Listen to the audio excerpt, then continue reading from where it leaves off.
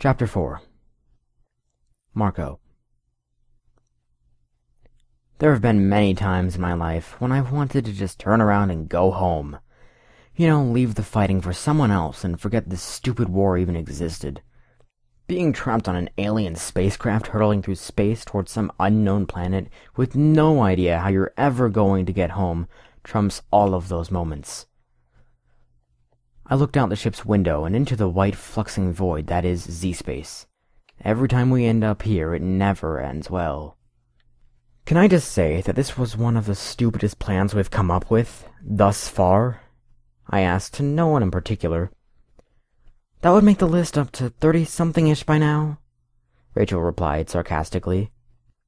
I made a face at Rachel, but she ignored me and turned back towards Axe, who was busy doing something with the computer. I recognized some things he brought up, like a star map and a Z-space trajectory course, but most of the rest was your basic alien techno-babble. Having any luck, Axe? Jake asked. Negative, Prince Jake.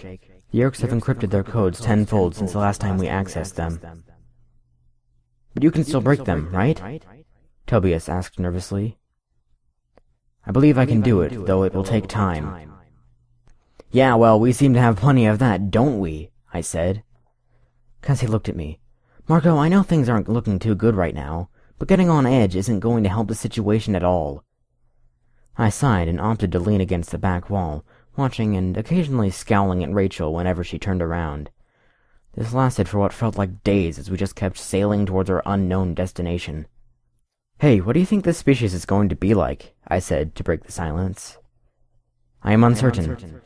All the data stored in this computer is guarded by over 30 defensive protocols, Axe said, not even bothering to swing one of his stalk eyes off of his work. But if the Yerks have targeted them, they must be formidable, to say the least, something they could use alongside Hork-Bajir and humans as shock troopers. Or perhaps their planet is in a strategic location for them, Tobias offered. From what I've been able to discern from our trajectory and the current alignment of Z-space, that is not the case. Their planet is quite a distance from any other habitable planet. Must be an awfully dangerous species, then, Rachel said quietly. So what exactly is our plan for dealing with them? I asked. First things first, we need to get control of this ship, or else we'll be at the center of the Yerk stronghold. And quite likely trapped in there, too, Jake said after a moment's thought. Prince Jake, I believe I have gained access to ship controls, Axe said with a smug tone. I should be able to take manual control before we depart from Z-space. Great job, Axe, Cassie said encouragingly. Just then the ship began to rumble and shake. The disturbance only lasted a few seconds, and the ship was once more flying steadily. What was that? Rachel asked. Guys, I think we've left Z-space, Tobias said. I looked out the window to a sea of stars and blackness, broken only by the large sun we were nearing. A fair distance away, probably about the same for Earth and its sun, stood a lone green and blue planet. If the continents weren't completely different shapes, I might have mistaken it for Earth. It even had a satellite almost identical to our moon. That's odd, Cassie mumbled. Is there really only the one planet? It appears so. Not every solar system possesses multiple planets. Though it is lucky that that planet is the right distance away to support life, I commented. Prince Jake, we now have manual control of the ship. Your orders? Turn us around, Axe. Take us back to Earth. No weapons means a short fight for the indigenous species, right? From what we have learned, yes. Just then, the ship shook madly, and all of us, save for Axe, fell to the floor. Prince Jake, I believe the Yerks are aware that we have commandeered their ship. Oh, really? I wondered who was shooting at us, I said sarcastically. Oh, this is bad, Rachel said. We're carrying all sorts of explosives with us. The ship began to shake again, and 2 Yerk craft shaped like large cockroaches came zooming by the window. It was a ship I'd seen all too often. We got bug fighters coming in fast. Axe's fingers flew over the keypad, and our ship veered to the left. Zzz! The sound of the bug fighter's Draken beam split the silence as it whizzed by, aimed for where we were milliseconds earlier.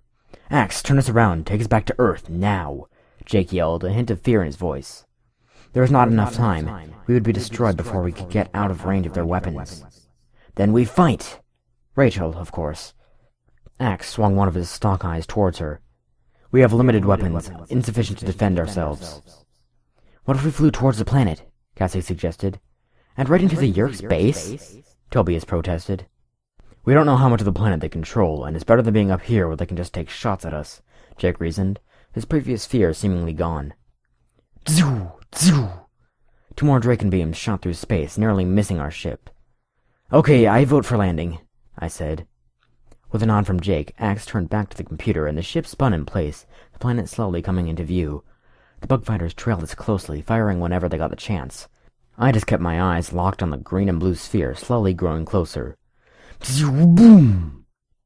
The ship lurched forwards, and I cracked my head on the console beside Axe. I felt something dripping down my forehead, and when I checked, my hand came back covered in blood. "Prince Jake, our left engine has been destroyed, and we are rapidly losing power," Axe said, looking up from the flashing consoles. "Can you get us low enough to eject?" "Possibly, but I do not favor our chances." Boom! Another Draken beam rocked the ship, and for a moment I thought I heard the sound of metal tearing. "Prince Jake, I believe we may have lost one of our side wings," Axe said, clinging to the control panel. "What? You mean we're out of control?" I cried, holding on to the console I'd cracked my skull on. Rachel leapt to her feet. "All right, I'm tired of playing the punching bag. Let's give them a taste of their own medicine."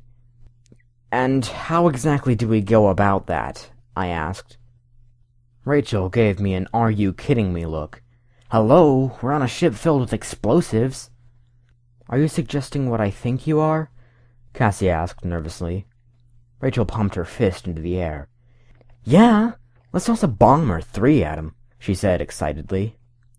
Jake looked like he was considering our options. I don't blame him. This was a totally idiotic plan. "All right, Axe, what's the best way for us to pull this off?" "There is a hatch in the very rear of the ship. I believe it is used as a waste receptacle, but it should allow us to eject a small explosive device straight behind us." "Right. Rachel, Marco, go grab something and stuff it in the garbage chute." I slowly rose to my feet and followed Rachel back to the storage area. A few of the missiles and other weapons had come loose, bouncing and skidding around the floor. I carefully maneuvered around the boxes, crates, and other strange items until I reached the back wall. The garbage chute was easy enough to spot. It had a nice large handle sticking out of it. "I found the trash can!" I yelled to Rachel, who came walking up next to me carrying what looked like a metallic black watermelon with bumps around the middle. "I found the bomb! At least I hope it's a bomb," she said with a grin. "I don't feel safe trusting our lives in your hunches, if you don't mind." "Now, when have I ever been wrong, Marco?" I decided not to answer that. With a grunt, I opened the garbage door, and Rachel lifted the strange bomb and dropped it inside. I winced as it clattered against the metal, only relaxing when I shut the door. No sooner had I slammed the door shut than the entire ship shook. "We have entered the planet's exosphere," Axe told us, somehow managing to sound perfectly calm. "Well, the bomb is ready and waiting," Rachel called back. There was a long time of silence until, finally, Axe spoke again. "Releasing waste." The ship groaned as the compartment in the rear of the ship opened. Then silence again. Moments later, I heard a distant explosion. "Direct hit." Again, as calm as if he were simply reading a book. "Well, what do you know? It was a bomb," Rachel said, unable to keep the surprise out of her voice. Normally, I would have made a huge scene over that, but I was just so grateful to be alive. The ship shuddered again, and I whipped my head around, wondering what had happened.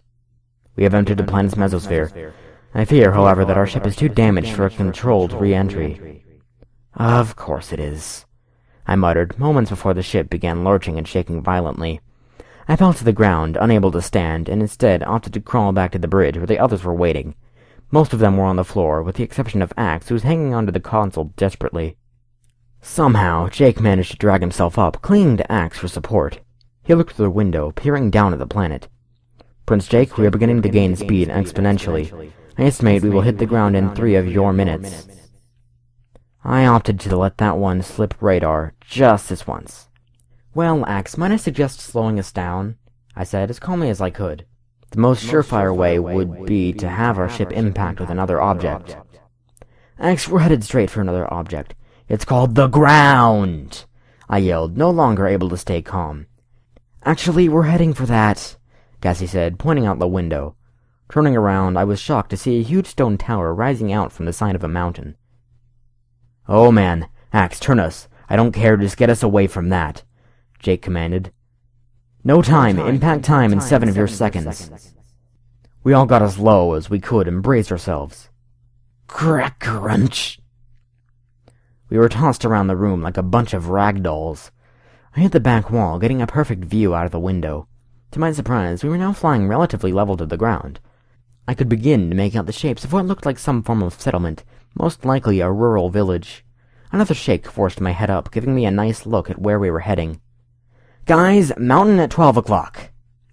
Morph, go cockroach, or fly. Just go small, Cassie yelled. As quickly as we could, we all began morphing insect, but every second the mountain got closer and larger.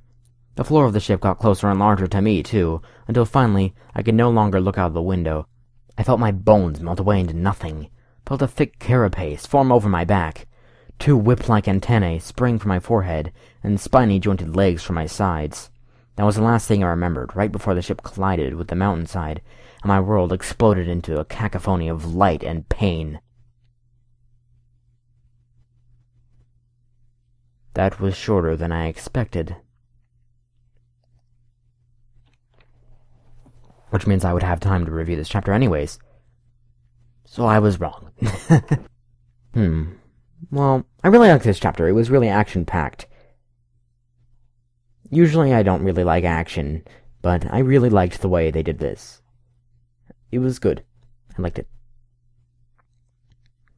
I guess it wasn't really like... The amount of action in this chapter was just like... enough to keep it fast-paced, but at the same time it wasn't so much that everything zips by immediately, as if you're traveling through Z-space. The pacing of this chapter was really well done. I really think that, it was just right on. The pacing was good. The pacing was just perfect, pretty much.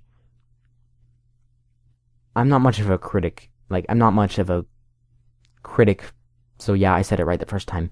But I'm not a very good critic at, stories. I don't look at stories and criticize them.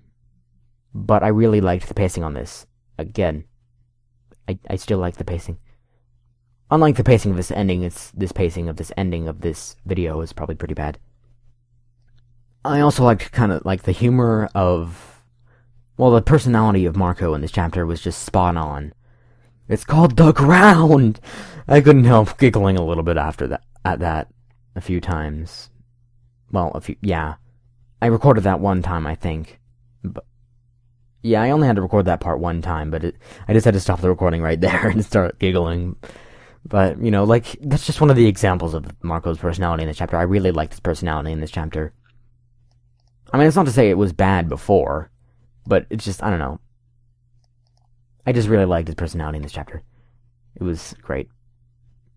If there was anything I had to criticize of this chapter, it was probably just that one sound effect in the text right at the end. Crack grunch. I'm just like, what is that even supposed to sound like? That's probably the only criticism I have of this chapter. I really like this story. I really like it so far. This chapter was good, just like the rest of them. And it only gets better from here. So stick with the reading, people who are listening to this.